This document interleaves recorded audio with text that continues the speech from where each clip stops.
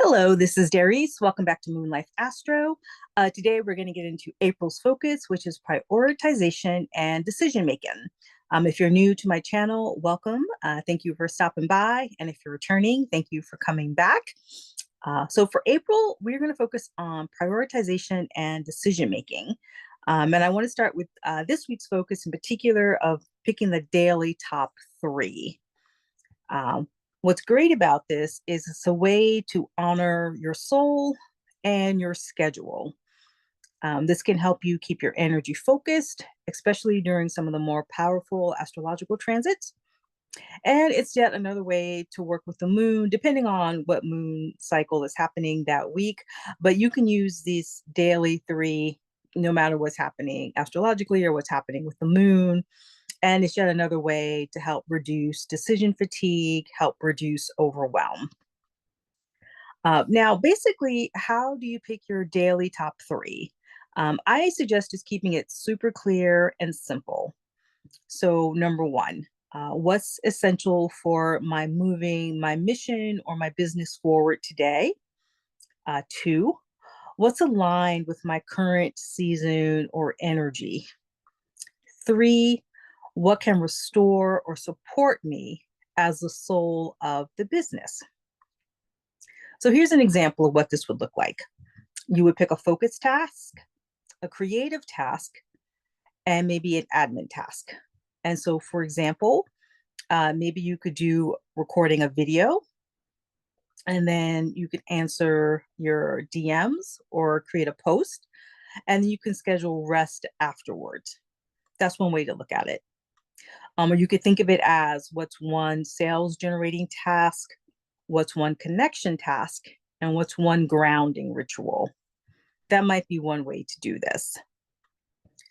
If it's aligned with the cycles of the moon for that particular week, and there are different apps you can use, iLuna. I think there's also, what's the other task app I like? I'll try to put those in the description down below. They're usually on iPhones. I'm not sure how many are available on Android, but you may be able to at least get like a web version if you have an Android for any kind of app that tracks the cycles of the moon. But what's great about picking the daily three is that you don't actually even need a moon app for this. You can do this without having that in front of you. But if you do have a moon app that you can use, the moon can be a great time to set intentions or initiate something. And then as the moon is in that waxing energy following the new moon, that's when you can take daily steps, daily actions to help build momentum. And then you get to the full moon where you can have a culmination or release.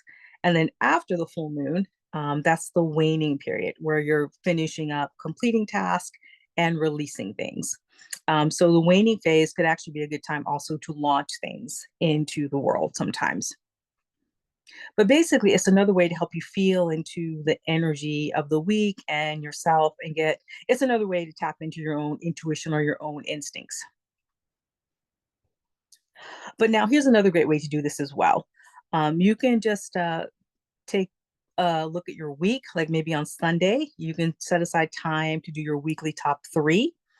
And then each day, either in the morning or the evening, like maybe you've looked at what you got done that day, and then at night you look at the next three priorities you want to have for the following day.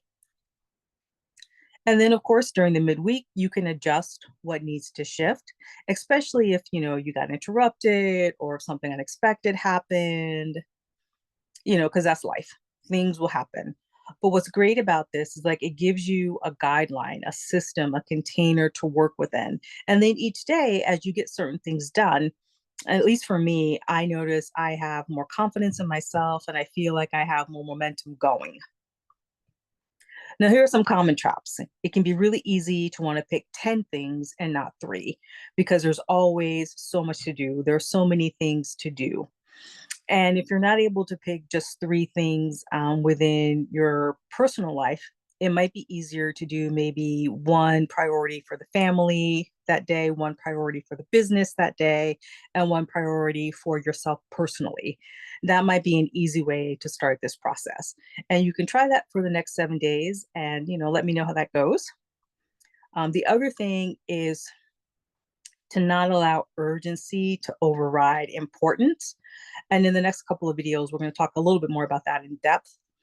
But what's important is to set aside time where you can do what you need to do. You can go back to the time blocking video that I did earlier this year as a way to set aside focus, set aside time, a half hour, an hour, maybe 2, 3 hours if you have that luxury, where you can have your phone in airplane mode, have all the notifications turned off, and then just focus on that one priority. This could be one way to do that. I also think it's important to you to have a mindset or spiritual shift around this. Because so often when we have these priorities, or we think we have to get XYZ done, or if I focus on just these 3 things for this one day, I'm not getting enough done. And I want to invite you to shift that thinking. Instead of telling yourself you're behind, just say, I'm refining my focus. Choosing less is powerful. And it's been my experience that prioritization equals self-trust in action. So, like I said, try it for the next 7 days. Let me know how it goes. And again, thank you for visiting. I'm going to keep this one pretty short today.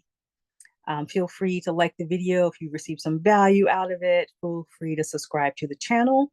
I will see you on Wednesday for the upcoming astrology of the week. Wishing you much love, peace, and joy. Easefully yours, Darice.